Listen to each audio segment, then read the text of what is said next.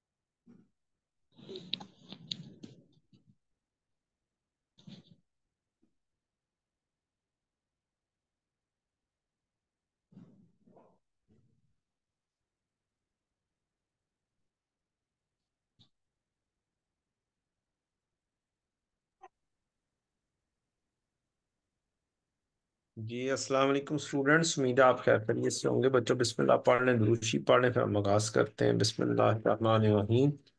अल्लाहुम्मा सल्ली अला मुहम्मदिन व अला आलि मुहम्मदिन कमा सल्लैता अला इब्राहीम व अला आलि इब्राहीम इन्नका हमीदुम मजीद। अल्लाहुम्मा बारिक अला मुहम्मदिन व अला आलि मुहम्मदिन कमा बारकता अला इब्राहीम व अला आलि इब्राहीम इन्नका हमीदुम मजीद।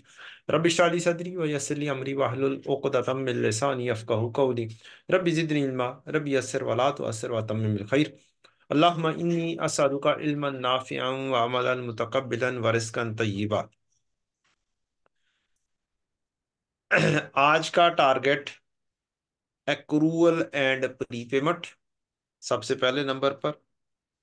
और फिर अगर टाइम मिल गया तो इंशाल्लाह हम कुछ मैन्युफैक्चरिंग की तरफ जाएंगे, मैन्युफैक्चरिंग का कॉन्सेप्ट सीख लेंगे। मैन्युफैक्चरिंग नॉर्मली स्टूडेंट्स को मुश्किल लगता होता है। एक्रूअल के अंदर स्टूडेंट्स को काफ़ी मसले मसाइल आते हैं, जैसे कि मैंने ग्रुप में फीडबैक भी लिया। तो उसके अंदर भी एक्रूअल का फाइनल काउंट तो है ही सबके लिए ज़रा क्रूशल, लेकिन एक्रूअल के ऊपर भी काफ़ी ज़्यादा रिक्वेस्ट थी कि एक्रूअल भी मुश्किल लगता है। तो पहले नंबर पे फाइनल काउंट आ रहा था, तो दूसरे नंबर पर एक्रूवल आ रहा था। मैन्युफैक्चरिंग भी एक ज़रा सा टफ एरिया है, स्टूडेंट्स को उसके कॉन्सेप्ट्स नहीं होते हैं। तो ट्राई करेंगे कि आज हम वो भी कर सकें। अच्छा जी, तो शुरू करते हैं फिर,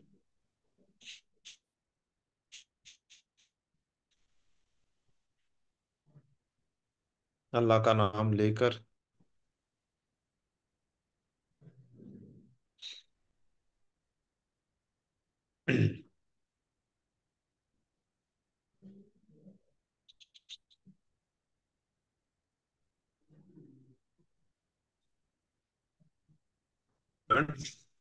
ये इस वक्त आपके पास एक पेज के ऊपर इस पूरे चैप्टर की समरी है with respect to journal entries.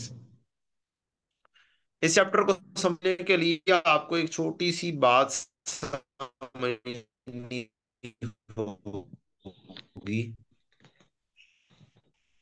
कि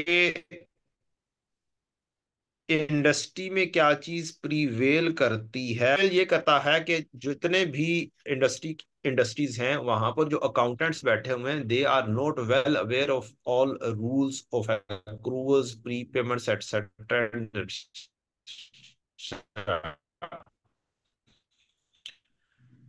वो स्टैंडर्ड्स नहीं जानते हैं। चार्टर्ड अकाउंटेंट कह लें, वो बस थोड़ा सा कहता है कि आपकी मेहरबानी होगी जब भी आप पेमेंट किया करें ना, व्हेन पेड,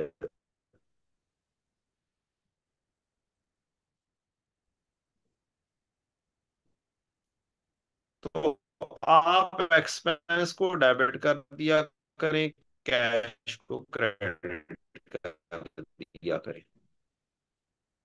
और जब भी कोई आप कुछ किया हुआ है तो when receive other income type चीज, तो तब आप क्या कर लें, कैश को बस डेबिट कर लें और इनकम को क्रेडिट कर लें। बाद में मैं जानूं, चार्टर्ड अकाउंटेंट जाने और ये किताबें जाने, मींस ये इंडस्ट्री के अंदर उन बंदों को हम कह देते हैं कि जी कैश बेसिस पर आप एंट्रीज पास कर दिया करें, एक्रूअल पर शिफ्टिंग हम खुद कर लेंगे। और इसी तरीके से ही हमें क्या किया गया है, हमारी स्टडी टेक्स्ट के अंदर हमें सिखाया गया है कि जब हम पेमेंट करते हैं तो क्या एंट्री पास करते हैं, एक्सपेंस डेबिट कैश क्रेडिट, और जब रिसीव करते हैं तो कैश डेबिट और इनकम क्रेडिट। अब अज्यूम करते हैं हम कि ये हमारा साल है, साल है ये 2023, हमने शॉप रेंट पर दी है 1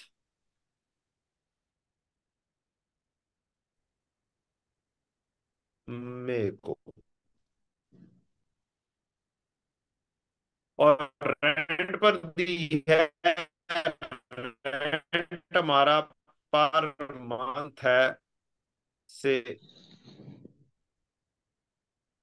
500 रुपया, या मजीद आसानी कर लेते हैं, रेंट हम लेते हैं इकट्ठा 6 6 महीने का इकट्ठा इन एडवांस। तो अब जो रेंट आएगा वो आएगा मई का, जून का, जुलाई का, अगस्त का, सितंबर का, अक्टूबर का इकट्ठा, और एंट्री पास कर देंगे हमारे अकाउंटेंट भाई। रेंट एक्सपेंस अगर हमने शॉप ली और रेंट इकट्ठा पे करते हैं, तो मई जून जुलाई अगस्त सितंबर अक्टूबर का इकट्ठा रेंट 6 महीने का 600 पे कर दिया, तो एंट्री पास होगी एक्सपेंस डेबिट और कैश क्रेडिट। उसके बाद फिर से पेमेंट की यहां पर 6 महीने की इकट्ठी, नवंबर, दिसंबर, जनवरी, फरवरी, मार्च, अप्रैल।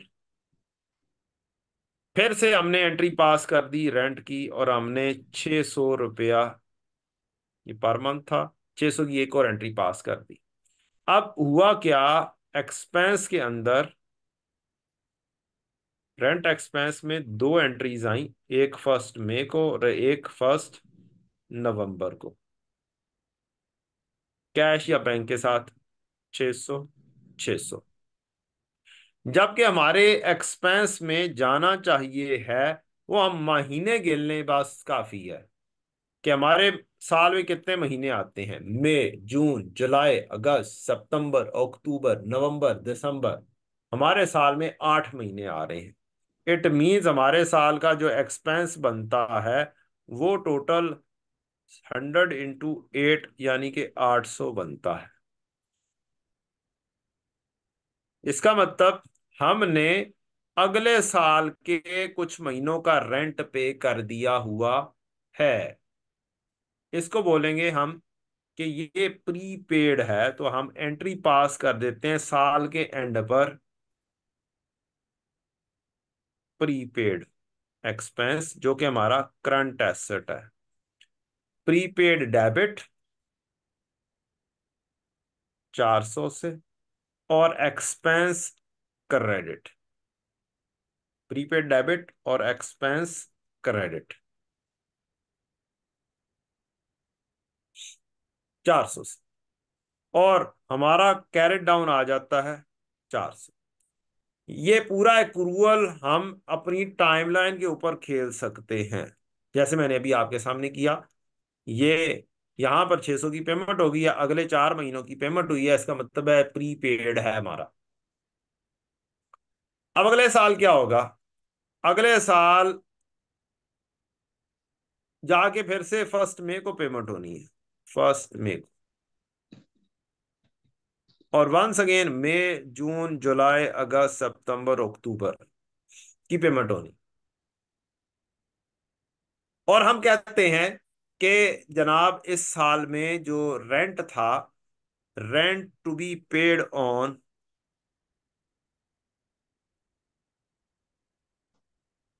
1 नवंबर वाज पेड ऑन, ये 2024 का साल है, पेड ऑन 5 फरवरी 2025। हमने इस साल में पे ही नहीं किया, इस जगह पर जाकर पे किया,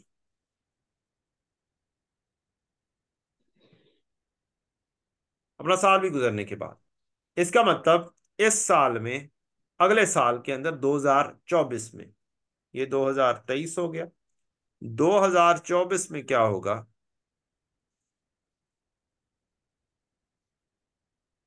और प्री पेमेंट कैसे आ रहा होगा?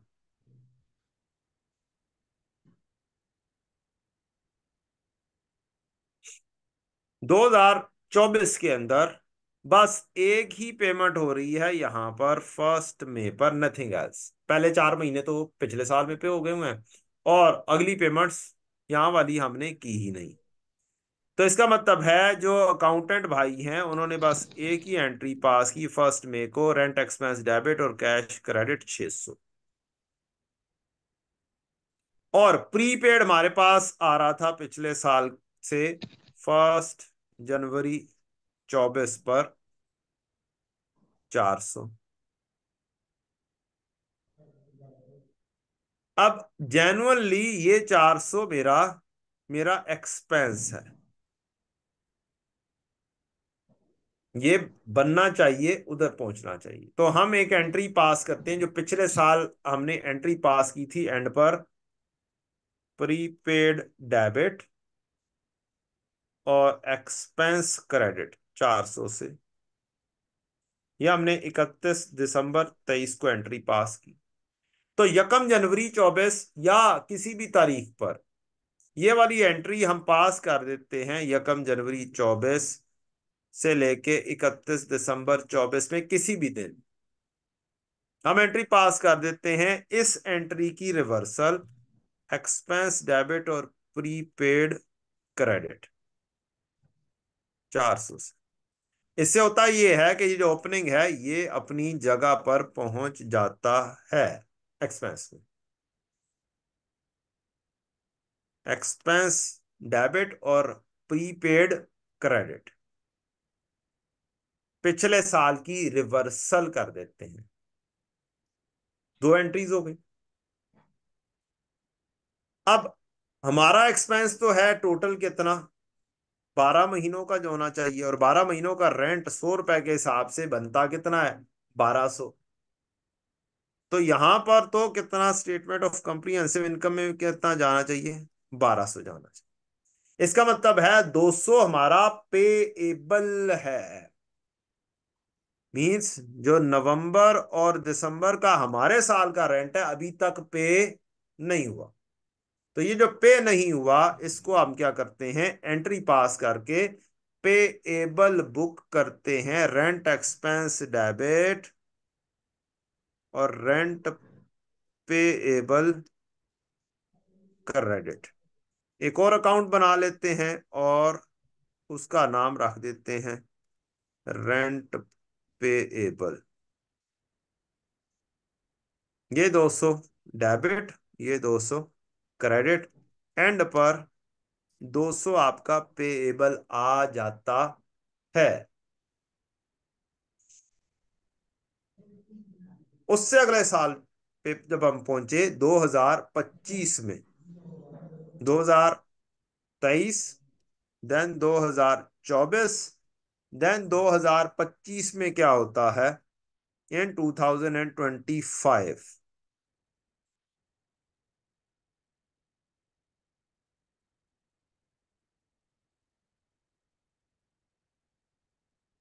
हमारे पास दो अकाउंट आ रहे हैं, एक आ रहा है रेंट एक्सपेंस और एक आ रहा है रेंट पेएबल। बीडी 2 महीने का, नवंबर और दिसंबर का। अब ये जो 5 फरवरी को पे किया है इकट्ठा रेंट, ये है नवंबर, दिसंबर, जनवरी, फरवरी, मार्च, अप्रैल का इकट्ठा, पिछले साल का भी रेंट। लेकिन हमारे अकाउंटेंट भाई को तो एक ही कहा गया हुआ है, जब भी पेमेंट करो तो हम क्या कर दो,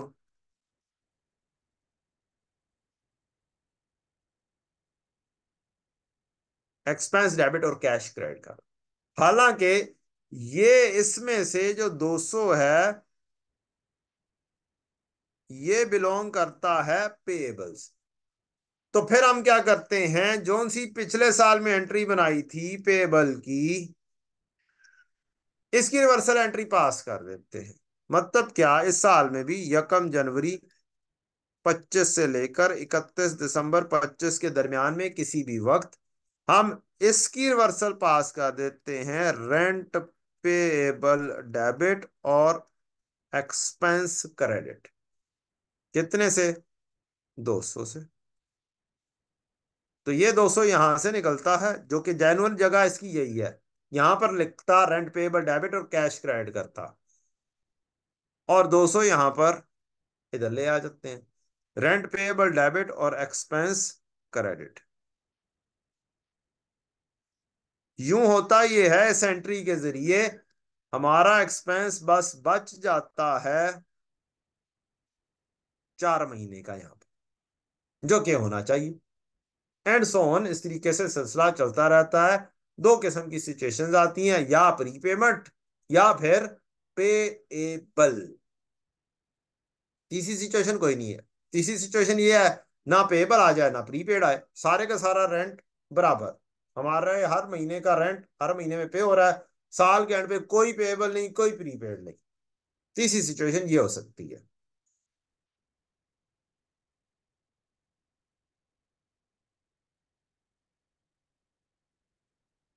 जी बच्चों, व्हाट आर योर क्यूरीज?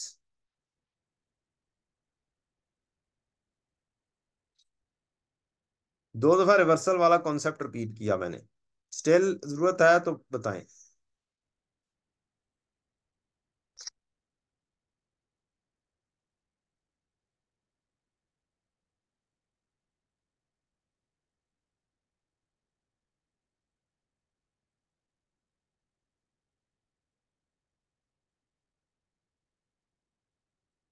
चलें, अगले सवाल के अंदर खुद ब खुद आ जाएगा, दोबारा से कर देंगे। No problem. अब रिपीट होने लगा दोबारा से।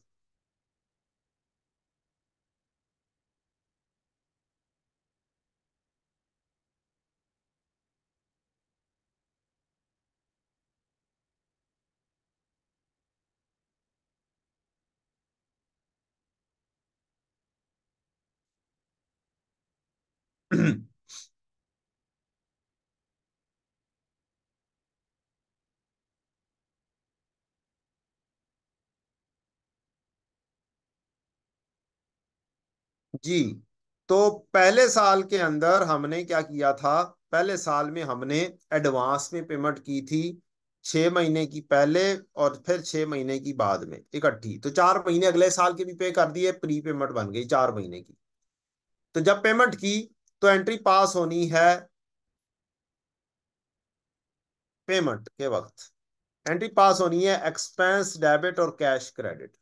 हमने 600 की एक पेमेंट की और 600 की दूसरी पेमेंट की, मींस हमने 1200 पे कर दिया।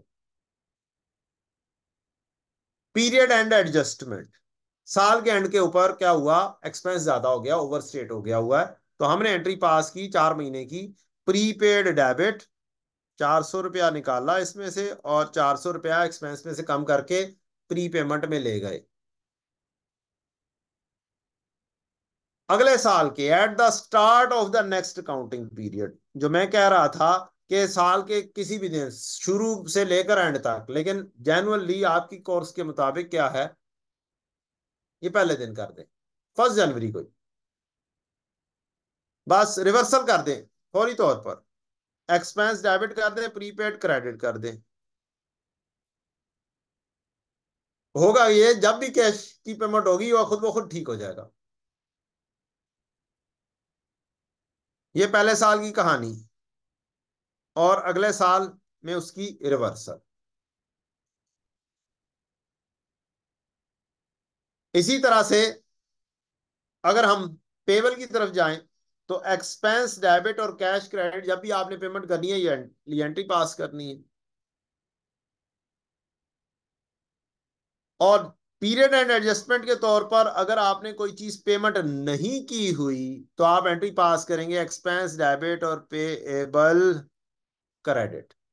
और उससे अगले साल में स्टार्ट ऑफ नेक्स्ट ईयर के ऊपर आप इसी एंट्री की रिवर्सल कर देंगे, पेएबल डेबिट और एक्सपेंस क्रेडिट।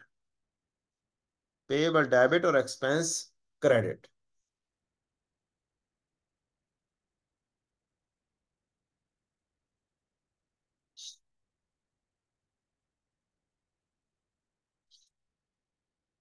जी बच्चों, बात ठीक है जी। या आपकी क्या नाम है, जर्नल एंट्रीज आपकी कोर्स का हिस्सा है। ये स्टडी टेस्ट की जर्नल एंट्रीज है।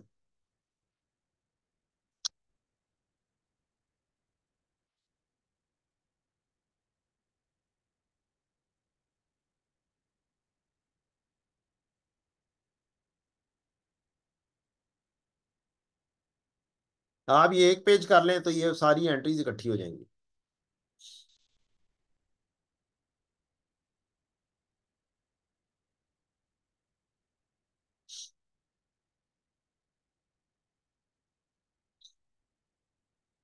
अब हम आते हैं इनकम की तरफ। अब उसी के अंदर दोबारा से रेपिटेशन होनी है आपकी।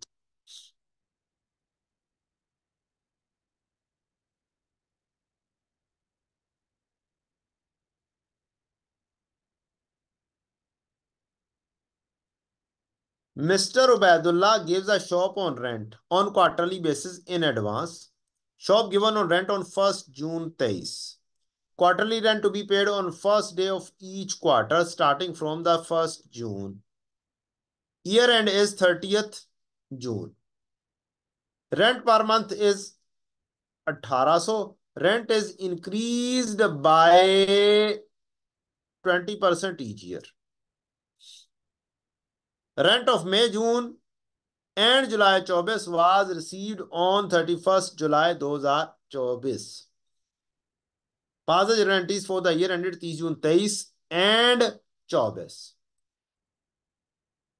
अब हमारा साल शुरू हुआ और एंड हुआ 30 जून 24, 30 जून 23, 1 जुलाई 22। रेंट जो शॉप पर दी गई है वो 1 जून को दी गई, यहां पर 1 जून 23 को।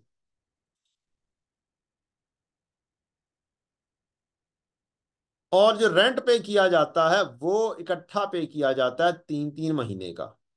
मींस 1800 × 3, 5400 यहां पर पे कर दिया गया होगा। लेकिन ये होगा किसका? 1800 इसका महीने का, 1800 इस महीने का, 1800 इस महीने का। जून, जुलाई और अगस्त, 3 महीनों का। उसके बाद फिर से पेमेंट हो गई होगी अगले 3 महीनों की, जून जुलाई अगस्त, सितंबर अक्टूबर नवंबर की पेमेंट हो गई होगी। फिर दिसंबर जनवरी फरवरी की हो गई होगी।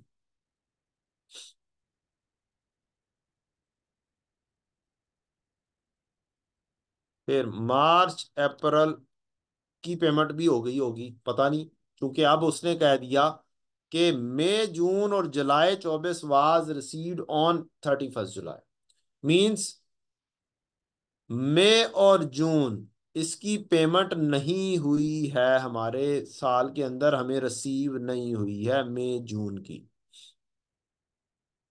अब कहानी रिसीवेबल के साथ चलेगी। इनकम की कहानी 2023। जब भी कैश आता है तो हम क्या करते हैं, एंट्री पास करते हैं, कैश डेबिट और इनकम अकाउंट क्रेडिट, और ये 5400 के साथ एंट्री पास कर दी गई है। कब? 1 जून 23 को। हमारे स्टेटमेंट ऑफ कॉम्प्रिहेंसिव इनकम में सिर्फ एक महीने की इनकम बनती थी जो कि थी 1800। इसका मतलब है इनकम इन एडवांस, ज्यादा इनकम रिसीव हो गई। अब इनकम इन एडवांस या फिर इसे अनअर्न्ड इनकम बोलते हैं। ये हमारी क्या हुई? लायबिलिटी। 3600 हम यहां से निकालेंगे और इधर फेंक देंगे। इनकम डेबिट और unearned income credit. Income debit, unearned income credit. यूं हमारा सीडी 3600 बन जाएगा। ये आ गया हमारा पहला साल 2023। 2024 में income account, income in advance, बीडी अब आ रहा होगा 3600। ओपनिंग साल के पहले दिन ही इसको उठाएंगे, 3600 को इधर भेज देंगे। भाई तुम तो इनकम बनो जाके।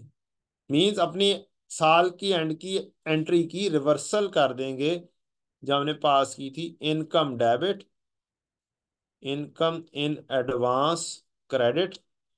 30 जून 23 के ऊपर, ईयर एंड के ऊपर हमने ये एंट्री पास कर दी 3600।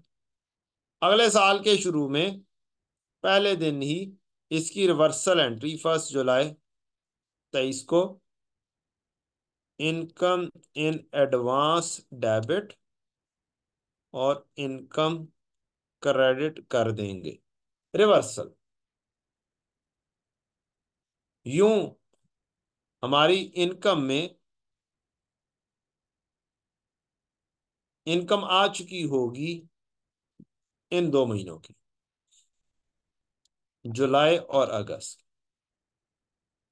उसके बाद जो मुझे कैश आ चुका हुआ है वो आया हुआ है सितंबर, अक्टूबर, नवंबर, दिसंबर, जनवरी, फरवरी, मार्च, अप्रैल का। ये महीने बने 1 2 3 4 5 6 7 और 8, 8 महीनों का रेंट आ चुका हुआ है। तो मीन्स हमने एंट्री पास कर दी हुई है, कैश डेबिट और इनकम क्रेडिट 1800 ज़रब 8,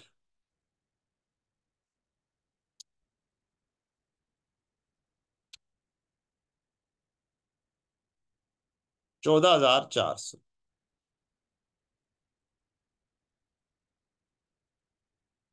कैश डेबिट और इनकम क्रेडिट ये कर चुके हूं। अब साल के एंड के ऊपर हमारे 2 महीने का रेंट रिसीव नहीं हुआ। हमारा जो स्टेटमेंट ऑफ कॉम्प्रिहेंसिव इनकम में बैलेंस डाला चाहिए था, ये इसमें इंक्रीज भी आई है। Rent is increase by 20% each year, तो यहां पर इंक्रीज भी आनी है 1 मई पर। इस जगह पर ये 8 महीने का रेंट जो है ये नहीं, इंक्रीज आनी है 1 जून पर। मई जून के ऊपर यहां पर जाके इंक्रीज आएगी इस जगह पर। अब 1800 का रेंट 1 जून से लेकर 31 मई तक यहां पर इंक्रीज आएगी और 1 महीने का रेंट हो जाएगा 1800 ज़रब 1.2। न्यू रेंट हो जाएगा 1800 ज़रब 1.2, 2160 रुपये।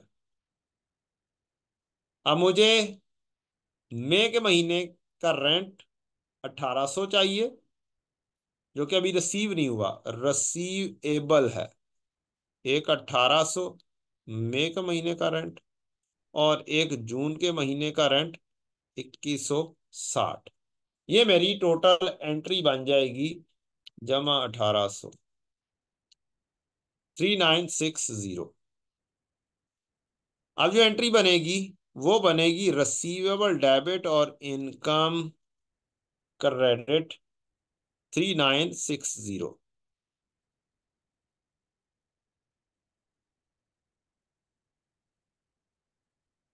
3960 रसीवेबल डेबिट और इनकम क्रेडिट। ये वाला तो सीरी खत्म हो गया। एक नया अकाउंट आपका बन जाएगा रसीवेबल का। रसीवेबल डेबिट और इनकम क्रेडिट 3960, कैरेट डाउन 3960। ये रसीवेबल और ये क्रेडिट। अब अगर हम अपने साल की जस्ट इनकम बनाने की कोशिश करें तो वो क्या होगी, यहां से शुरू करेंगे, यहां पर एंड करेंगे। 1800 वाले 11 महीने और 2160 वाला एक महीना, और टोटल हो जाएगा मेरा 1800 वाले 11 महीने और 2160 वाले एक महीना। 21,960 मेरा स्टेटमेंट ऑफ कॉम्प्रिहेंसिव इनकम में इनकम लिखी जानी चाहिए है। अब चेक करते हैं इन तीन एंट्रीज के जरिए लिखी कितनी गई है। 3600 जमा 14,400 जमा 3960। 21,960 इन तीन एंट्रीज के जरिए लिखी गई है मेरी इनकम। और बाय कैलकुलेशन ओनली कि मई के महीने में कुछ और रेंट है, जून के महीने का रेंट बढ़ गया है, यकम जून से हर साल में रेंट 20% बढ़ जाना है, तो आफ्टर इंक्रीज मेरा रेंट कितना हो जाएगा, 2160 हो जाएगा। और मेरी एंट्री रिसीवेबल डेबिट और इनकम क्रेडिट एक सीडी मेरा रिसीवेबल का स्टैंड कर जाएगा।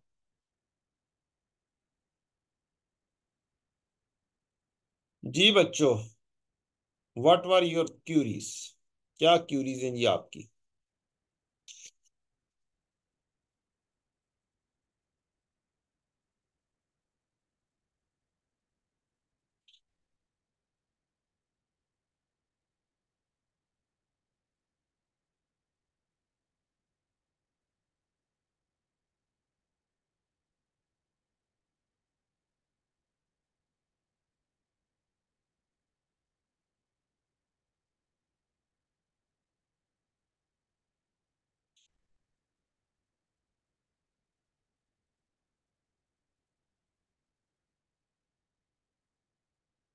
सर अनअर्न 3600 कैसे आई? 3600 कौन सी? हाँ तो अगले 2 महीनों की भी तो इकट्ठी मिली है ना बेटा।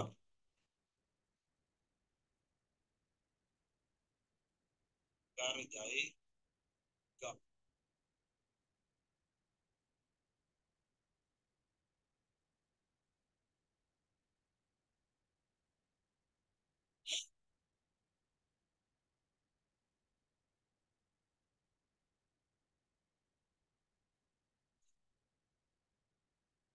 जून जुलाई की, यस ऑब्वियसली जून जुलाई की नहीं, जुलाई अगस्त की।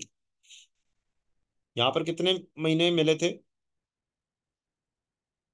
अपने साल से अगले कितने महीने मिले? जून की तो अपने साल की है। अगले साल के कितने महीनों के पैसे मिले? 1800 ये और 1800 ये 2 महीने हैं जो अनअर्नड है। पैसे हमारे साल में आ गए लेकिन अनअर्नड है, अगले साल से रिलेटेड है। प्रीपेमेंट और अनअर्नड ये एक ही चीज है। प्रीपेमेंट एक्सपेंस के लिए इस्तेमाल होता है, अनअर्नड इनकम के लिए इस्तेमाल होता है अल्फाज।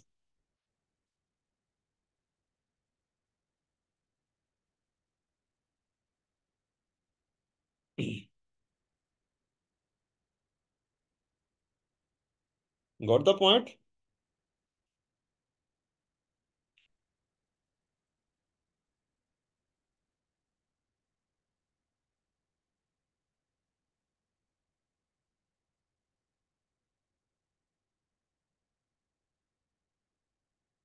रेंट इंक्रीज हुआ, उसका क्या करना है? उसको बढ़ाना है और क्या करना है। अब मैं दोबारा से टाइमलाइन आपके सामने बना देता हूँ, उससे आपको मजीद दोबारा से, अब जरा सी खिचड़ी हल्की सी है तो उसके अंदर मजीद क्लियर हो जाएगा, ये जरूर हो सकता है।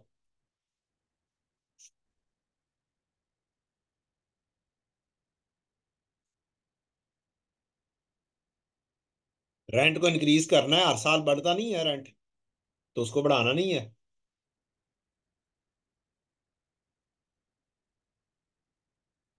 अब जो ओनर है, जिसने रेंट पर दिया हुआ है, वो कहेगा कि जनाब खैर है, तुम्हारा फाइनेंशियल ईयर नहीं चेंज हुआ, तो तुम ना जब फाइनेंशियल ईयर तुम्हारा चेंज होगा ना तब दे देना, ऐसा होगा। इंक्रीज होगा तब इंक्रीज कर लेंगे, ऐसा करेगा, या जिस तारीख पर दुकान दी थी उस वक्त करेगा।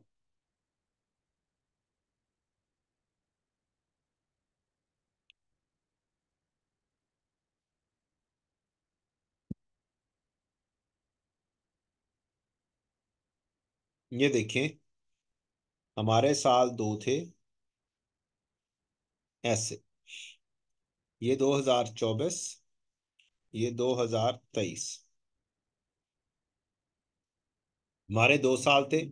इस जगह पर शॉप रेंट पर चढ़ी, इकट्ठा रेंट 3 महीने का मिला, 2 महीने का इजाफी रेंट अगले साल से रिलेटेड भी मिल गया हमारे साल में, तो इस साल पे खड़े होकर 30 जून 23 पर खड़े होकर आपने कहा कि यार अगले साल का भी रेंट आ गया, तो ये क्या है, इन एडवांस आ गया 2 महीने का रेंट। टोटल कितना हो गया? 3600। था कौन सी जगह का? यहाँ का। उसके बाद यहाँ पर 1 जून पर शॉप रेंट किया है, जो रेंट इंक्रीज होना है 1 जून 24 पर रेंट इंक्रीज होना है।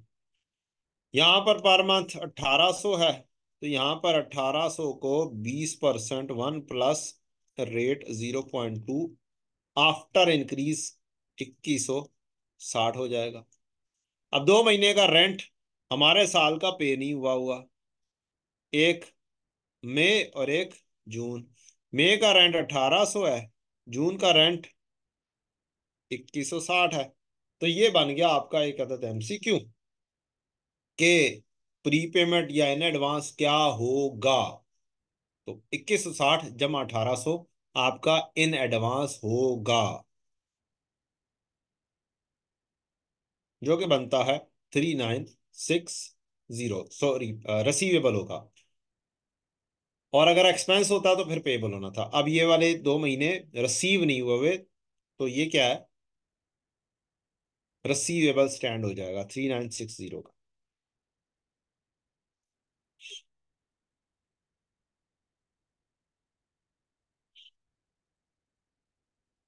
आए जी, अनअर्न्ड की कहानी है।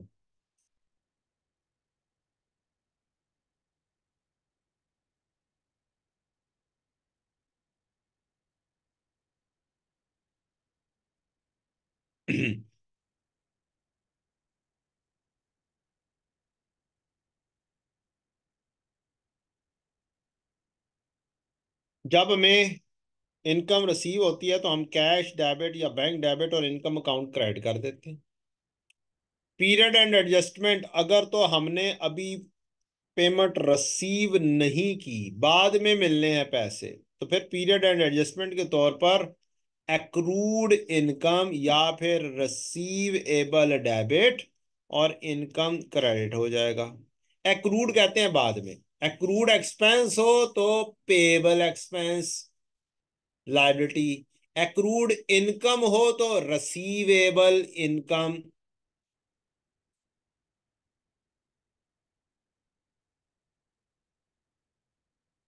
नेक्स्ट ईयर के स्टार्ट पर इसकी रिवर्सल, इनकम डेबिट और एक्रूड इनकम क्या है, रिसीवेबल, ये क्रेडिट हो जाएगा। इसी तरह से अनअर्न्ड, जब भी इनकम रिसीव होगी cash debit income credit. In advance आ गए हो तो पीरियड एंड एडजस्टमेंट के तौर पर, ईयर एंड एडजस्टमेंट के तौर पर क्या करेंगे, इनकम डेबिट और अनअर्न्ड इनकम लायबिलिटी क्रेडिट। और नेक्स्ट ईयर के स्टार्ट पर इसकी रिवर्सल, अनअर्न डेबिट और इनकम क्रेडिट।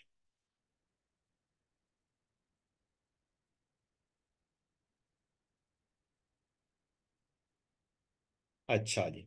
अब ये जो पीरियड एंड एडजस्टमेंट्स हैं, ये वो सारी एडजस्टमेंट हैं जो आपको फाइनल अकाउंट में भी काम देनी है। ये period and adjustment final account में इस्तेमाल अक्सर होती हैं।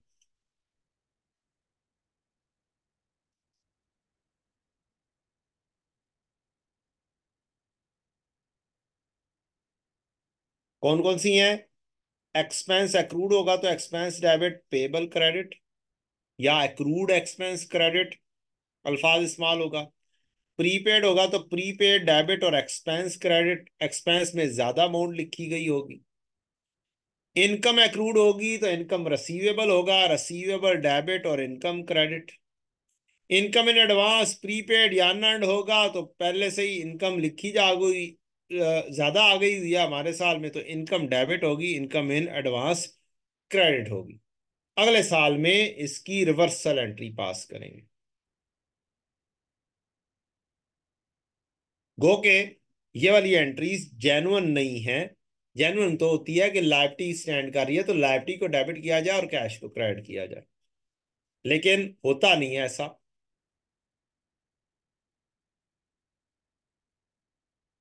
और इन दो एंट्रीज के जरिए, एक ये रिवर्सल और एक payment of last year expense debit और कैश क्रेडिट पिछले साल का, और एक रिवर्सल, इन दोनों को इकट्ठा कर दिया जाए तो एक्सपेंस एक्सपेंस से लड़ जाता है और नेट एंट्री वही बन जाती है, लाइवली डेबिट और कैश क्रेडिट।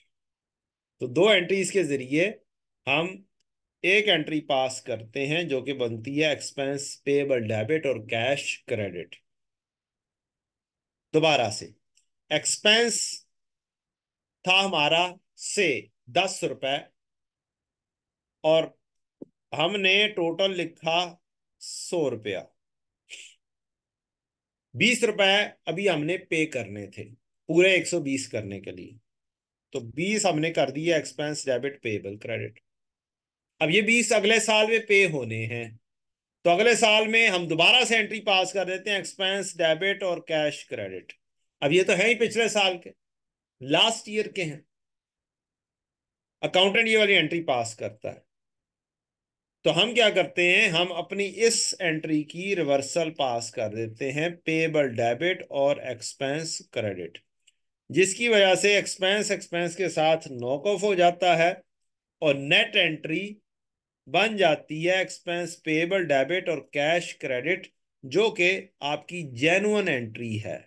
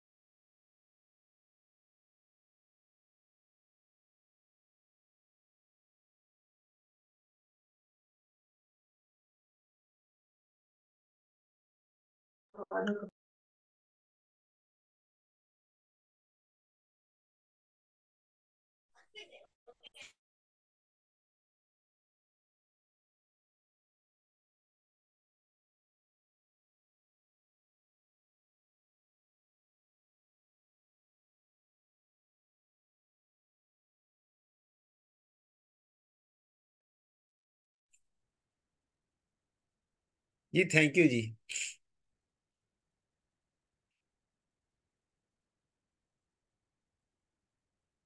हाँ जी, बात क्लियर हो गई।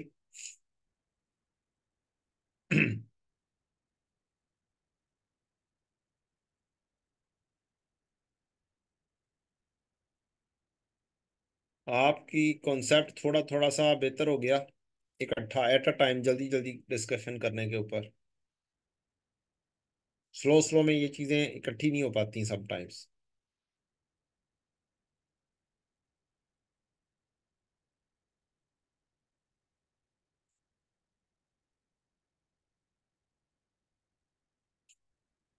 अब आए जरा सी एमसीक्यूज की प्रैक्टिस करते हैं थोड़ी सी। Okay okay, MCQs.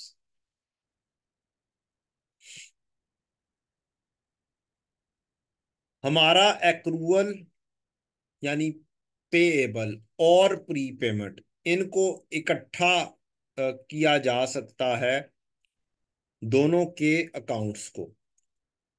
अगर आपका एक्सपेंस हो, एक्सपेंस, तो आपका पेएबल और प्रीपेड इकट्ठा किया जा सकता है। प्रीपेड की नेचर होती है डेबिट, तो यहां पर ओपनिंग प्रीपेड आ जाता है। पेएबल की नेचर होती है क्रेडिट, यहां पर ओपनिंग पेएबल आ जाता है।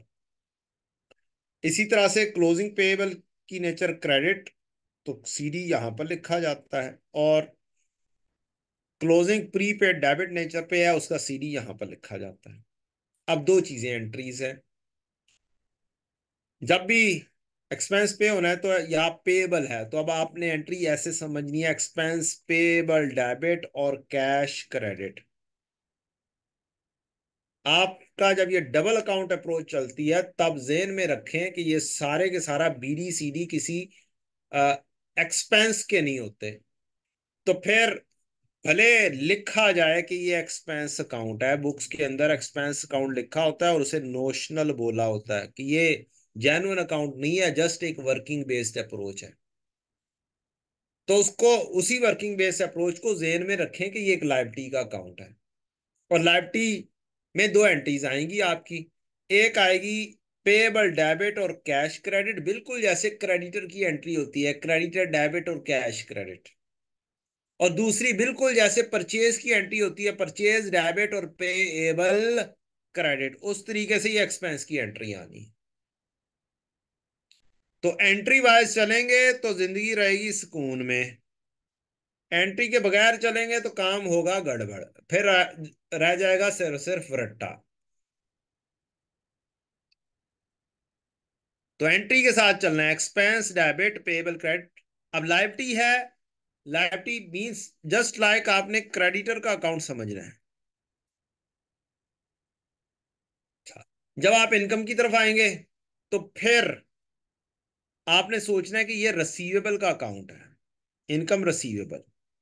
अब इसको बिल्कुल डेटर के अंदाज से सोच लेना आपने। डेटर का अकाउंट कैसे? डेटर का बीडी पैसे लेने वाले हैं, लेने वाले अगर इन एडवांस में आ गए हैं, ज्यादा आ गए हुए हैं, तो फिर वो लायबिलिटी बन जाएगी। अब आपको वापस करने पड़ सकते हैं। अब दो एंट्रीज इसके अंदर सोचे। जब डेटर से पैसे आते हैं तो एंट्री पास करते हैं कैश डेबिट और डेटर क्रेडिट। तो आपने एंट्री पास कर दी कैश रिसीव की, कैश डेबिट और डेटर क्रेडिट, या कैश डेबिट और रसीवेबल क्रेडिट। और जब सेल होती है तो आप एंट्री पास करते हैं डेटर डेबिट और सेल्स क्रेडिट। तो आप रिसीवेबल डेबिट और सेल्स की जगह पर इनकम लिख देंगे। तो ये दो एंट्रीज हैं। और इस तरीके से अगर अकाउंट अप्रोच को लेकर चलेंगे तो इंशाल्लाह जिंदगी में कभी भी भूलेगा, जब एंट्री बेस लेकर चलेंगे तो। लेकिन अगर एंट्री बेस नहीं लेकर चलेंगे तो जो सी चीज राइट साइड पे लिखनी है वो लेफ्ट साइड पे लिखेंगे, और जो लेफ्ट साइड पे लिखनी है वो राइट साइड पे लिखेंगे, बस राइट लेफ्ट करते रह जाएंगे। तो डेटर के अकाउंट से याद रख लें और क्रेडिटर के अकाउंट से याद रख लें, पेबल और रसीवेबल। ये वाली अप्रोच कहां पर चलती है? जब आपकी दो दो ओपनिंग आ रहे होते हैं, एक पेबल का और एक प्रीपेड का, तब ये वाली अप्रोच से जल्दी काम हो जाता है। आपको इनकम मिल जाती है बैलेंसिंग, आपको एक्सपेंस मिल जाता है बैलेंसिंग, या आपको कैश बैलेंसिंग मिल जाता है। अब इसके अंदर टोटल 6 वेरिएबल्स हैं, 1 2 3 4 5 6। 1 2 3 4 5 और 6, 6 में से कोई से 5 दिए हों, किसी ना किसी तरीके से 4 दिए हों और एक कैलकुलेट हो सकता हो, तो फिर छठा बैलेंसिंग निकालना होगा।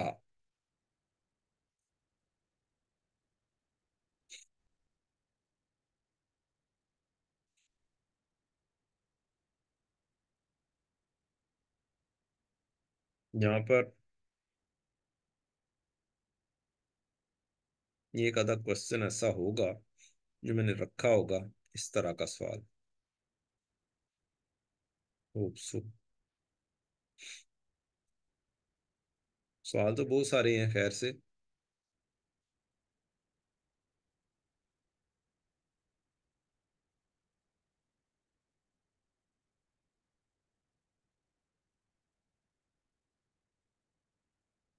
तेरा गया गया, वो तो बहुत एंड पर भी है। प्रॉफिट की इंक्रीज डिक्रीज भी समझानी है आपको।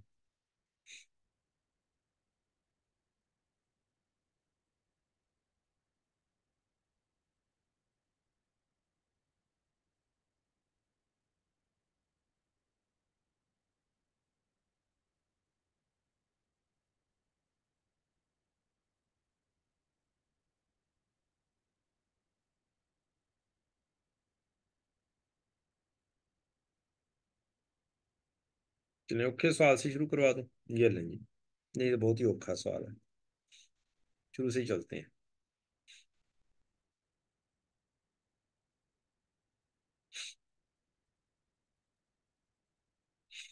ले बच्चों, मशहूर जमाना क्वेश्चन।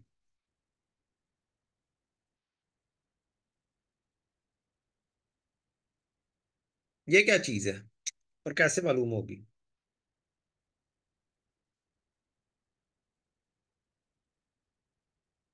आता ही ये वाला एमसीक्यू? अच्छा, ये वाला मेरे एमसीक्यूज करने का तरीका कार बुक से ये है कि आप अगर कंप्यूटर पे कर रहे हैं तो इसको स्क्रीन से ऐसे कर लें, क्या आपको आंसर की नजर ना आ रही हो, और अगर 12 नंबर कर रहे हैं तो ऐसे कर लें, आंसर की नजर ना आ रही हो। अल्हम्दुलिल्लाह।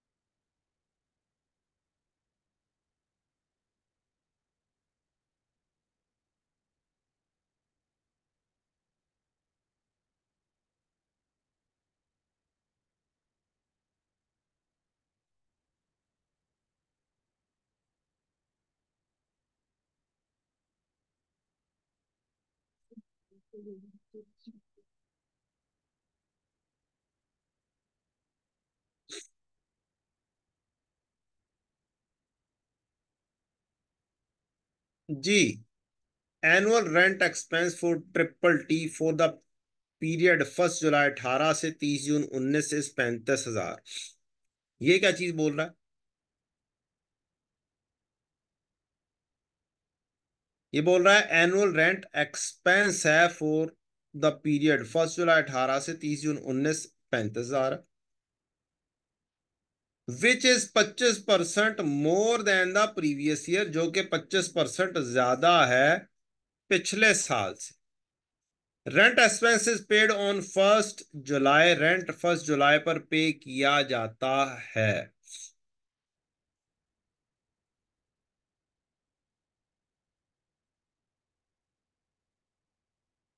What is the charge of rent expense in the statement of profit and loss for the year ended 31 दिसंबर 18। अब हमारा ईयर है 31 दिसंबर 18, 31 दिसंबर 17, 31 दिसंबर 16। लेकिन जो पेमेंट हो रही है वो जुलाई टू जुलाई है, 1 जुलाई 18 से 30 जून 19।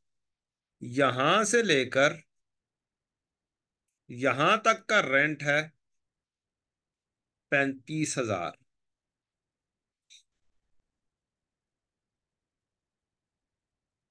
जो कि 25% ज्यादा है पिछले रेंट से। अब इसके लिए बड़ा आसान सा तरीका कार है, एक फार्मूला है, after increase is equal to before increase into 1 plus rate. After increase दिया हुआ है कि ये इंक्रीज हो चुका हुआ है, बिफोर इंक्रीज का नहीं पता, पहले 0.25। तो आप यहां से निकाल लेंगे बिफोर इंक्रीज के 35,000 को तकसीम कर दो 1.25 से, और वो बन जाएगा 28,000। तो ये आपका रेंट 28,000 है। मेरे साल में, ये मेरा साल है, आधा रेंट 35,000 का आधा आएगा, और आधा रेंट 28,000 का आधा आएगा। 28,000 का आधा बनता है 14,000, और 35,000 का आधा बनता है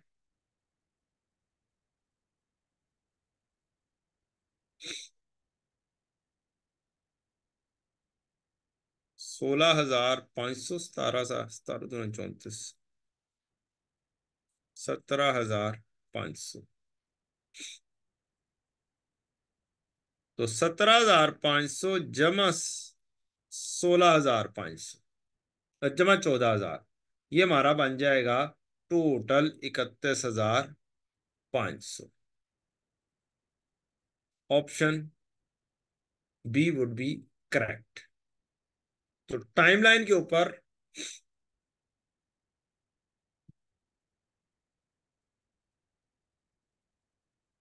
आप डील कर देंगे इसको।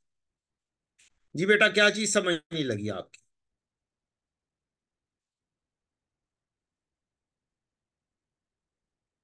पहले ये कभी भी नहीं किया? ये तो आईकेप का बुक का सवाल है। आईकेप की बुक का इसका मतलब है आप सवाल नहीं करते हैं। That's very pathetic.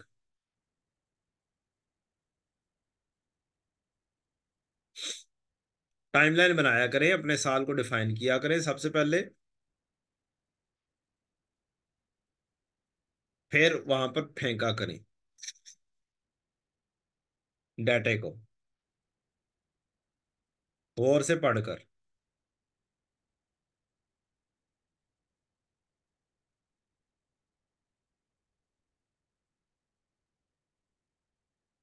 तो चलो भाई।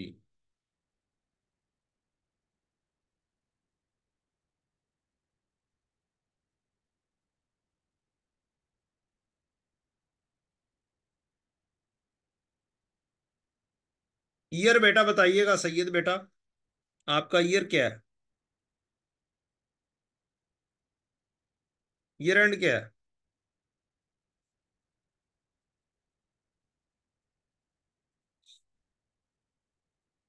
31 दिसंबर। क्या आपने 31 दिसंबर 18, 31 दिसंबर 17 डिफाइन कर लिया? अपने पास साथ साथ बनाए जरा मेरे साथ साथ।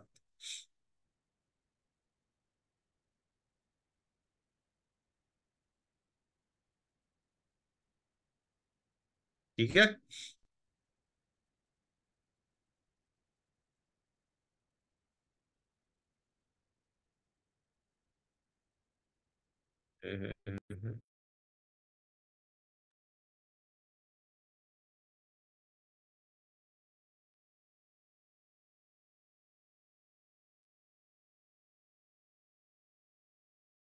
फिर क्या क्या हुआ जी? रेंट कब से लेके कब तक का है? 1 जुलाई 18 से 30 जून 19 तक का रेंट 35,000। इसको टाइमलाइन के ऊपर फेंके, 1 जुलाई से लेकर 30 जून 2019। ये क्या है? 35,000।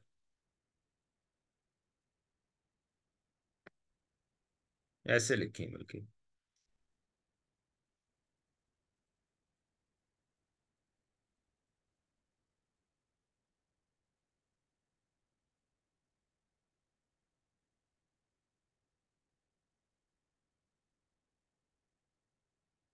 ऐसे लिख लें। अब ये 35,000 है, कब का रेंट? ये आफ्टर इंक्रीज है। उसने बताया हुआ है कि 25% ज्यादा था प्रीवियस ईयर से, पिछले साल से। पिछला साल कौन सा होगा?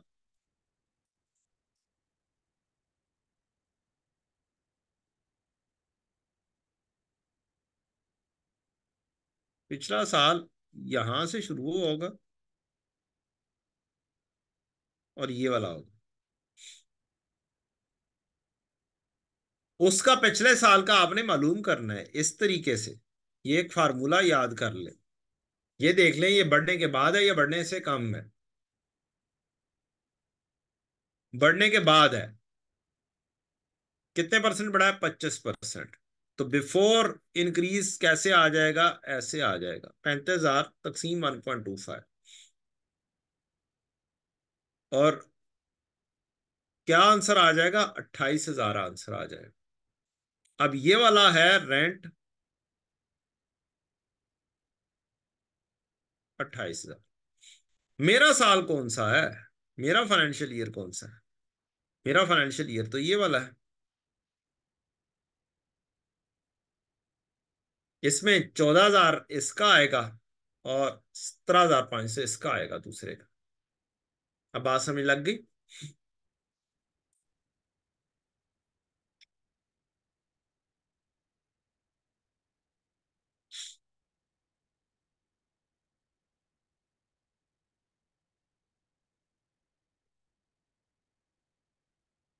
क्यों बेटा जी?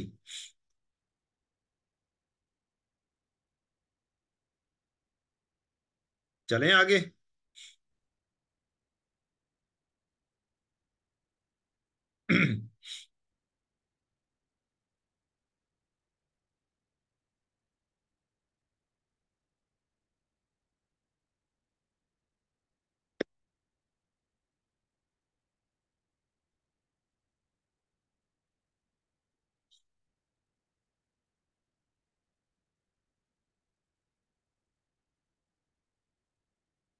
प्यारे बच्चों, आप लोगों ने पढ़ा हुआ है सारे मैसेज के अंदर। सारे बच्चे या ज्यादातर बच्चे ये लिखकर बताएं कि ये प्रॉफिट के ऊपर इम्पैक्ट आप लोग कैसे निकालते होते हैं।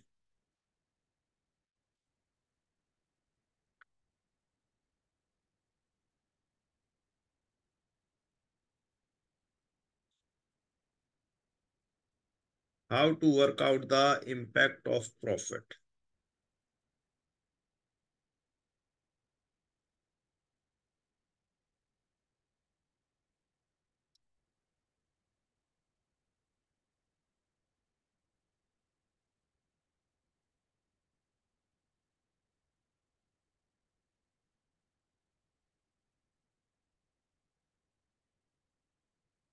आप इम्पैक्ट ऑफ प्रॉफिट किस तरीके से कैलकुलेट करते हैं बच्चों? कोई बेशक आप वॉइस ऑन करके बता दें।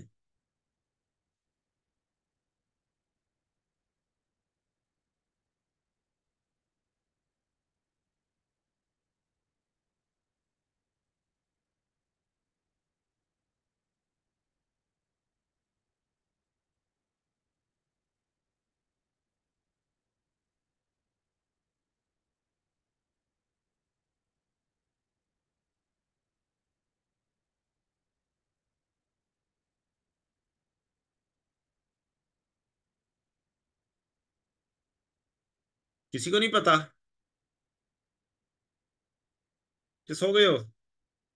क्वेश्चन समझ नहीं आया? ये जो प्रॉफिट का इम्पैक्ट है, प्रॉफिट बढ़ेगा कम होगा, ये इसको की कैलकुलेशन कैसे करते हैं? कब प्रॉफिट बढ़ता है, कब प्रॉफिट कम होता है?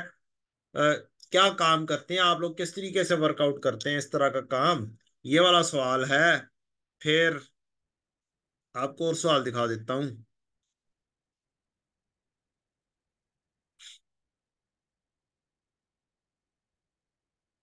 ये सवाल है, profit will be reduced by, इसको कैसे करेंगे? ये सवाल है, कैसे करेंगे?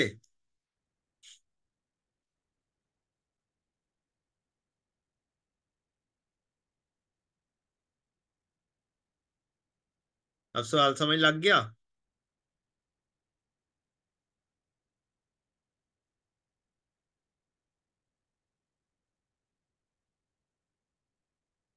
इम्पैक्ट ऑन प्रॉफिट किस तरीके से आप कैलकुलेट करते हैं, इस तरह का सवाल। कि इंक्रीज होगी, डिक्रीज होगी, क्या होगा, किस तरीके से कैलकुलेट करते हैं आप?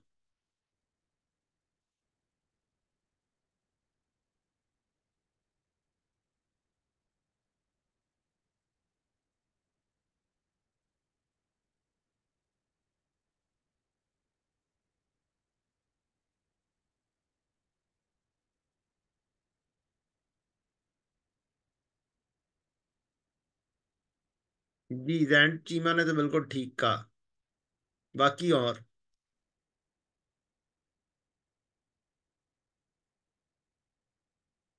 कोई और स्टूडेंट?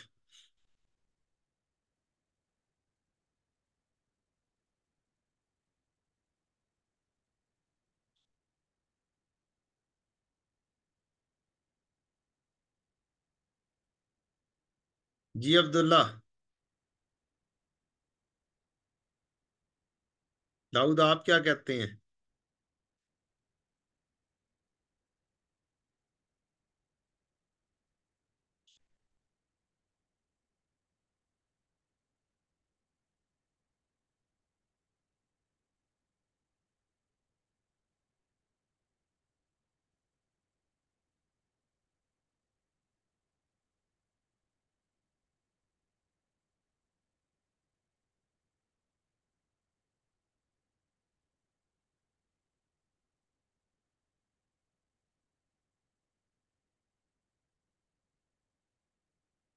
सोची पे आ गए हो बच्चों। छोटा सा सवाल पूछा मैंने आपसे, आप लोग पता नहीं कौन सी सोच में पड़ गए हैं।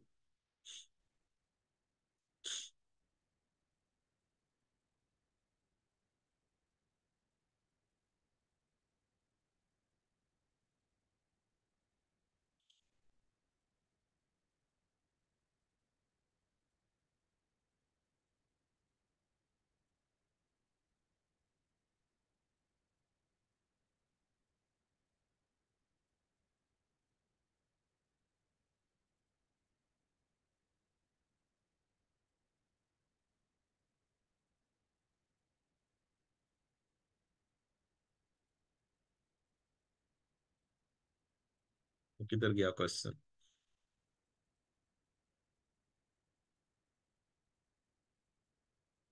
जी, बड़ा आसान सा रूल है। आपकी सेल है, कॉस्ट ऑफ सेल्स डेबिट पर है, और जीपी आ जाता है। सेल क्रेडिट होती है, क्रेडिट में से डेबिट क्या होता है, लेस होता है, आप कॉस्ट ऑफ सेल्स को लेस करते हैं। और जीपी की नेचर भी क्या हो जाती है, क्रेडिट होती है, इसमें से आप एक्सपेंसेस को लेस करते हैं, एक्सपेंसेस की नेचर डेबिट होती है, क्रेडिट में से डेबिट क्या होता है, लेस होता है।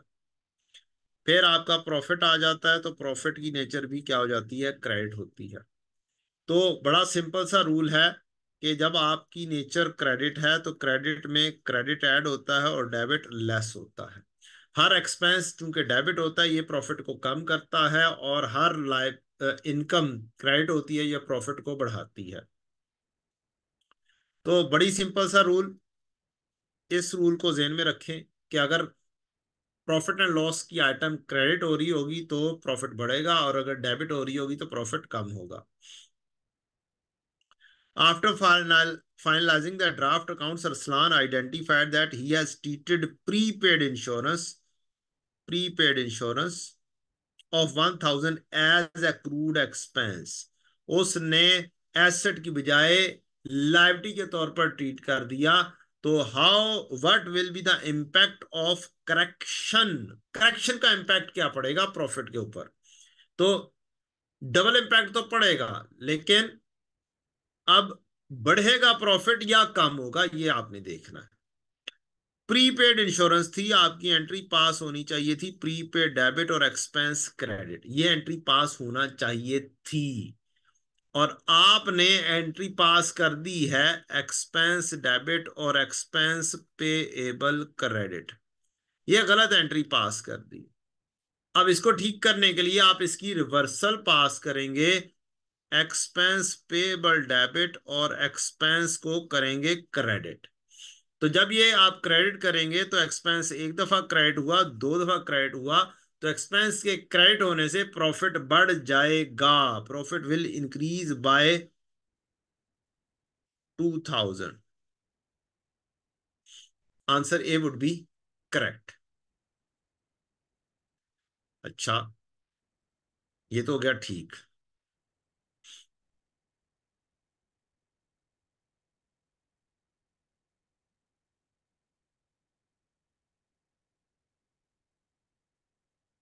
फिर यहां पर क्या होगा?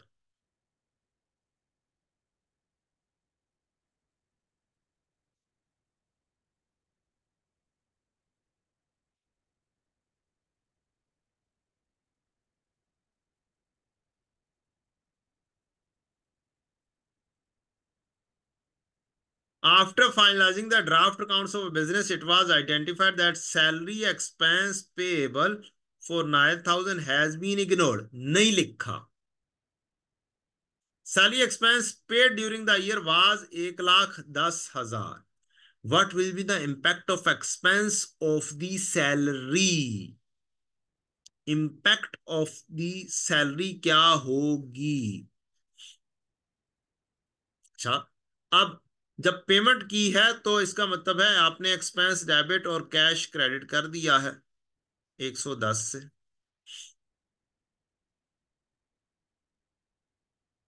डन। और सैलरी एक्सपेंस एक्चुअल में मजीद पेएबल है जो कि अभी नहीं लिखा, अगर मैं वो भी लिख दूंगा तो क्या एंट्री पास कर दूंगा? एक्सपेंस डेबिट और पेएबल क्रेडिट 9 से। तो इससे उसका रिक्वायरमेंट ही डिफरेंट है। What will be the impact of expense? Expense का प्रॉफिट पर क्या इंपैक्ट होगा? सैलरी के एक्सपेंस का प्रॉफिट पर क्या इंपैक्ट होगा? तो प्रॉफिट एक्सपेंस एक दफा 110 से, एक दफा 9 से, तो दो दफा क्या हुआ है? डेबिट हुआ है, और डेबिट होने से प्रॉफिट क्या हो जाता है? कम हो जाता है। तो profit will be reduced by 119। ये आंसर आपका करेक्ट होगा, B answer.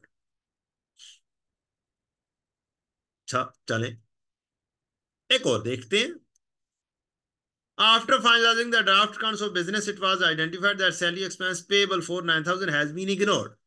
Salary expense paid during the year 1,10,000, पूरा सवाल same. What will be the impact of expense of the salary?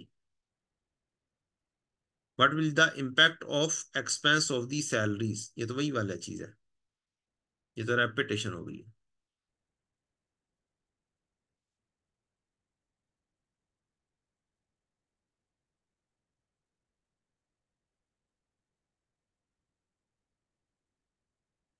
इसको देखते हैं इम्पैक्ट को।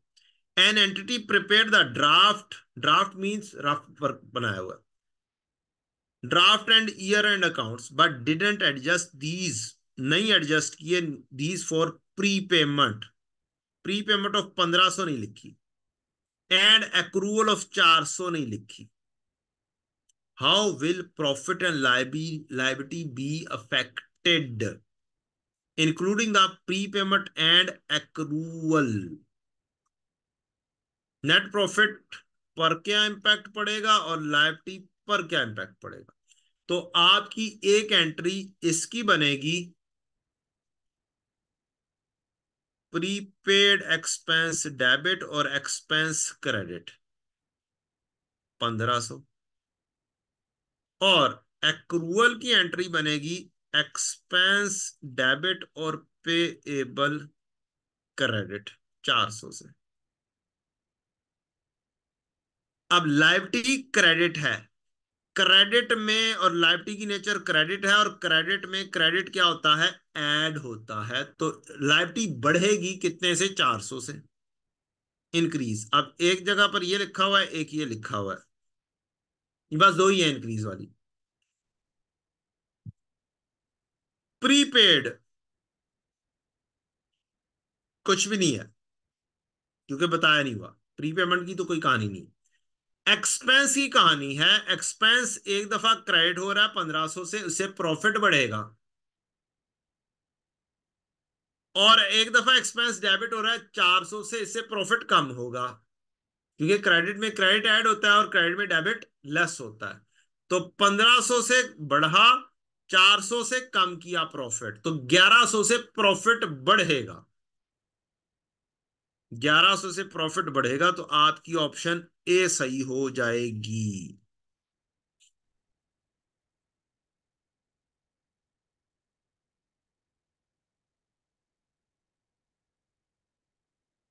चले एक और सही। After finalizing the draft accounts, Wasim identified that he has treated accrued expense as prepaid insurance of 1000. What will be the impact on profit of the mistake? Mistake की वजह से क्या होगा, मिस्टेक की वजह से क्या हुआ है, आपने ये देखना है। Okay, identified that he has treated accrued expense as prepaid insurance। Accrued expense था, एंट्री लिखी जानी चाहिए थी expense debit, expense payable credit, ये था जो कि 1000 से लिखा जाना चाहिए था, जो कि मिनहा कर दिया गया, खत्म कर दिया गया, ये नहीं लिखा गया। लिख क्या दिया गया, प्रीपेड के तौर पर, मीन्स एंट्री पास कर दी गई प्रीपेड डेबिट और एक्सपेंस क्रेडिट 1000 से। तो इंपैक्ट, एक्सपेंस बढ़ने से प्रॉफिट ने होना था कम, 1000 से होना था कम, और हमने 1000 से दिया है बढ़ा, तो इसका मतलब है एक्चुअल में हमने प्रॉफिट को डबल बढ़ा दिया, एक दफा एक्सपेंस को कम करके ना लिख के, और दूसरा एक्सपेंस की क्रेडिट करने से प्रॉफिट गया बढ़। तो जब भी कभी ऑपोजिट साइड पर लिखा जाए, लिखना था मैंने ऐसे, समझ ले, एक्सपेंस मेरा पहले से आ रहा था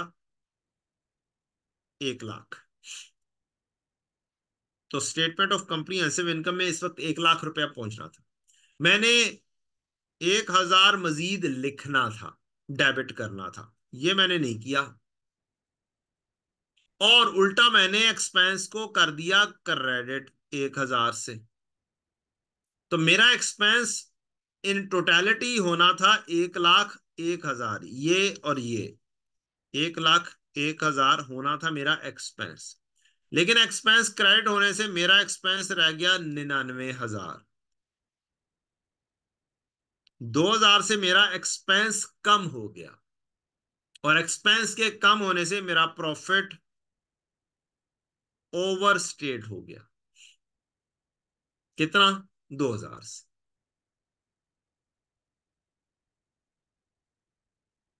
प्रॉफिट इज इंक्रीज्ड बाय 2000, 2000 से ओवर स्टेट हो गया, ज्यादा लिखा गया।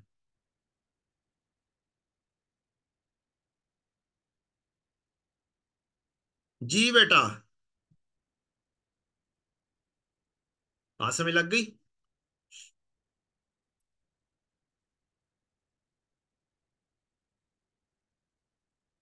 प्रॉफिट के इंपैक्ट की समझ लग गई है जी।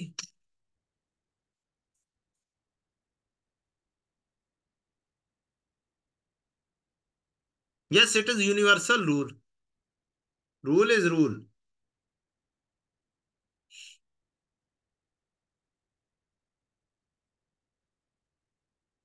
The most easiest way out, इससे ज्यादा इजिएस्ट नहीं हो सकता, क्योंकि जर्नल एंट्रीज तो आनी चाहिए। इससे ज्यादा इजी मैन मजीद नहीं कर सकता। अदरवाइज 6 रूल्स याद करो सेल के, बल्कि छह भी नहीं, 8 9 याद करो। सेल्स के बढ़ने से प्रॉफिट बढ़ता है, सेल के कम होने से प्रॉफिट कम होता है, एक्सपेंस के बढ़ने से एक्सपेंस के कम होने से प्रॉफिट बढ़ता है, और एक्सपेंस के बढ़ने से प्रॉफिट कम होता है। इनकम के बढ़ने से प्रॉफिट बढ़ता है, इनकम के कम होने से प्रॉफिट कम होता है। क्लोजिंग स्टॉक के बढ़ने से क्या होगा?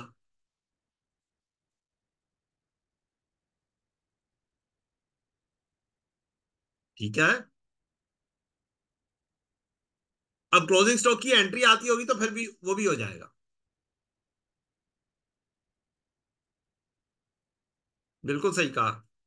क्लोजिंग स्टॉक के बढ़ने से प्रॉफिट बढ़ता है, क्लोजिंग स्टॉक के कम होने से प्रॉफिट कम होता है। डायरेक्ट रिलेशनशिप होता है प्रॉफिट का स्टॉक के साथ, क्लोजिंग स्टॉक के साथ, और इनवर्स रिलेशन होता है ओपनिंग स्टॉक के साथ।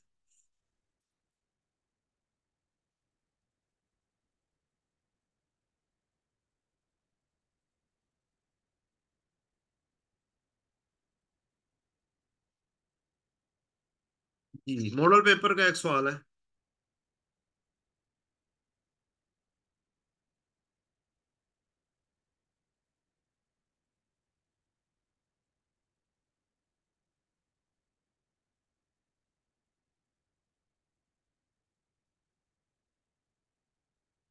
एक सवाल है जी, how will these asset be expired?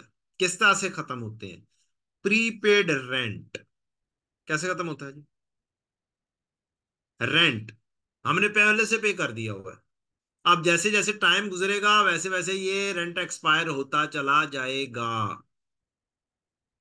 ये पूरा साल मैंने यहां पर पेमेंट कर दी, तो ये वाला महीना महीना गुजरेंगे तो ये वाला रेंट क्या हो जाएगा? एक्सपायर हो जाएगा। ऑफिस सप्लाईज जब ये यूज होंगी तब एक्सपायर हो जाएंगी।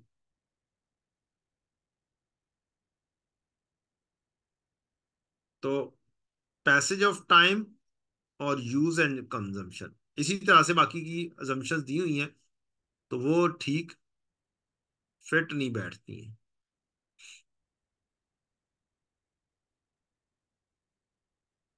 एक यहां पर एमसीक्यू था, ये वाला। Rent amounts totalling 150 were received during the year 31 December 19। In this respect opening and closing balances are as under. Opening और क्लोजिंग दिए हुए हैं।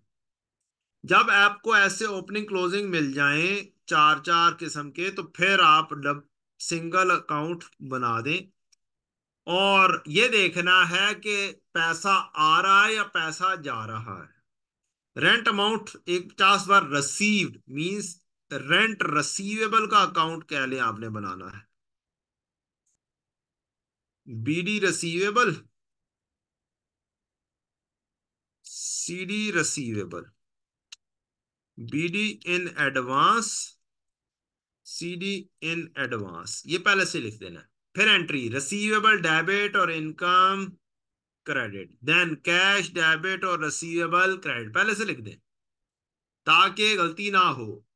अब rent amount totalling 1.5 lakh were received, 1.5 lakh receive किया, cash debit receivable credit. Then opening closing दिए गए। Unearned rent means in advance 31 number 18 opening 10,000 और closing 16,000। Then rent receivable 13,000 open, 17,000 opening, 13,000 closing. अब ये सारी चीजें फिल हो गई हैं, बस ये इनकम बैलेंसिंग रह गई है। यही रिक्वायरमेंट है, what should be the rent income for the year ended 31 number 19। तो बैलेंसिंग करेंगे और 1,40,000 मेरी इनकम बनकर आ जाएगी। Option D would be correct. इस तरीके से हम पहले से बनाएंगे और फिर क्वेश्चन को क्या कर देंगे? सॉल्व कर देंगे।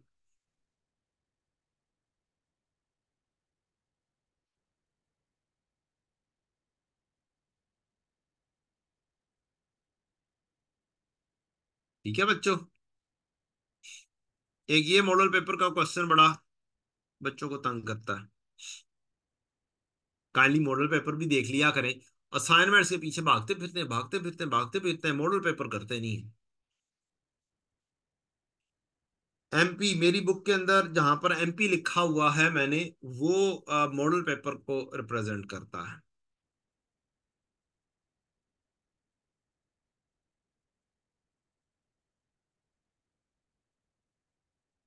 On 1 July 2019 business acquired a shop on rent which is payable quarterly in advance. In advance में देना है क्वार्टरली।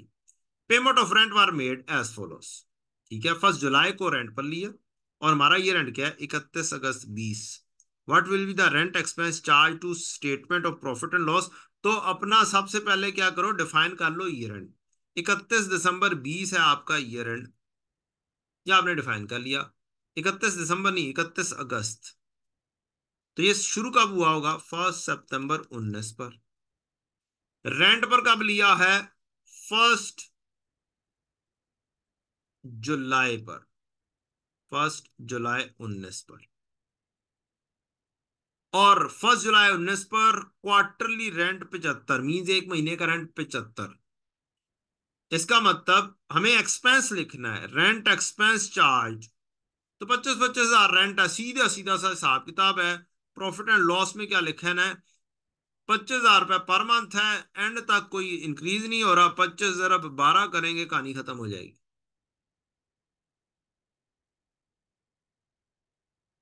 3 लाख रुपया आंसर आ जाएगा। So simple. यहां पर से लेकर यहां तक जैसे मर्जी पेमेंट हो। हाँ, इसी सवाल को अगर मैं यहां पर चेंज कर दूं, what would be the prepaid, फिर क्या होगा answer. What would be the payable, फिर क्या होगा, फिर क्वेश्चन बनेगा, फिर मजेदार क्वेश्चन बनेगा। वो क्या है उसके ऊपर देखते हैं। 75 यहां पर पे हो गया, कौन कौन से महीने का, जुलाई अगस्त और सितंबर। ये 75 यहां पर आया। फिर 30 सितंबर को पे हुआ, ये 75। तो ये 75 किस किस को बिलोंग कर रहा होगा, अक्टूबर नवंबर और दिसंबर। फिर 31 दिसंबर को पे हुआ, जनवरी फरवरी और मार्च को रिप्रेजेंट करेगा। फिर 31 मार्च को हुआ, अप्रैल मई और जून को रिप्रेजेंट करेगा। फिर 30 जून को पे हुआ, अप्रैल मई जून। फिर 30 जून को पे हुआ, ये जुलाई अगस्त और सितंबर को रिप्रेजेंट करेगा। इसका मतलब है एक महीने का प्री पेड 25 हजार।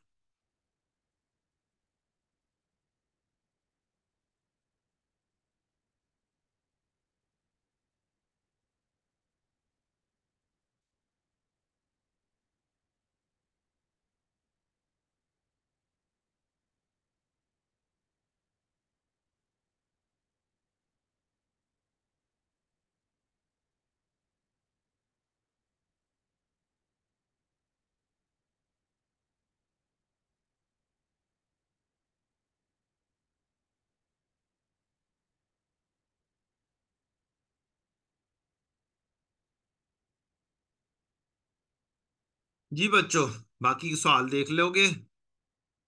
सवाल तो बहुत सारे हैं, मैं करवाने बैठूंगा तो सारा दिन ही लगा रहूंगा।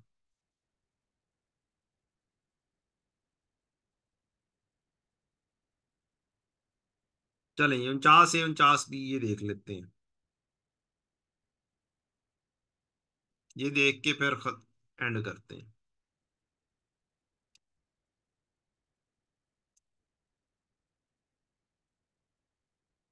A company accounting year end is 31st December. It always pays its insurance premium annually in advance on the due date, that is 1st September each year. During the last few years, the following premiums have been paid. Year 1, 2, 3. What will be the charge for the insurance in the company statement of profit and loss for the year 3? अब आपने अपना year define करना है ऐसे, ऐसे, ऐसे। आपका year and 31 दिसंबर है, 31 दिसंबर है, 31 दिसंबर है। Year 1, year 2, year 3। अब जो पेमेंट है, ये पेमेंट जो हो रही है, ये हो रही है सितंबर टू सितंबर, और होती है इन एडवांस।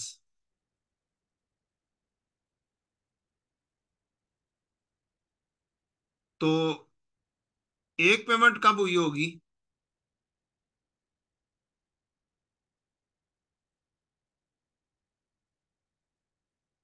एस से, एस से, और एस से हुई होगी।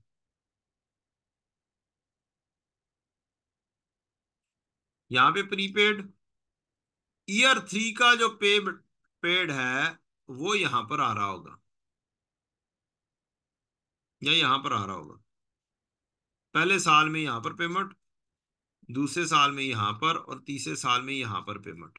यस, ऐसे आ रहा होगा। अब ये 3840 है, ये यहां पर पे हुआ है,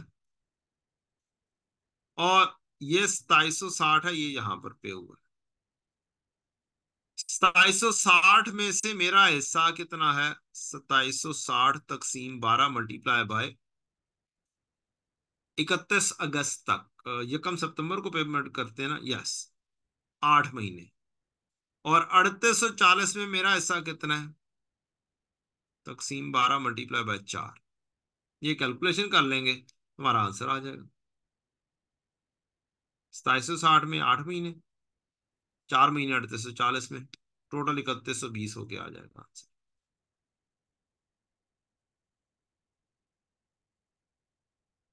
अब देखने में सवाल एक जैसा ही लग रहा है, लेकिन वैल्यूज माइनर माइनस ही क्या है, चेंज है। तो काइंडली क्रैमिंग ना किया करें किसी भी सवाल को, और ये ना सोचा करें कि यही वाला सवाल आ गया है पेपर में।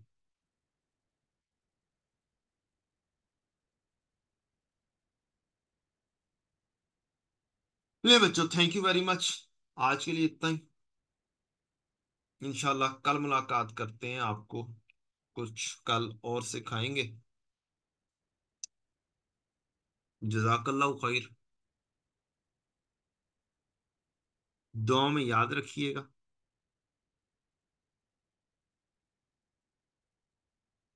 अस्सलाम वालेकुम रहमतुल्लाहि व बरकातुहू।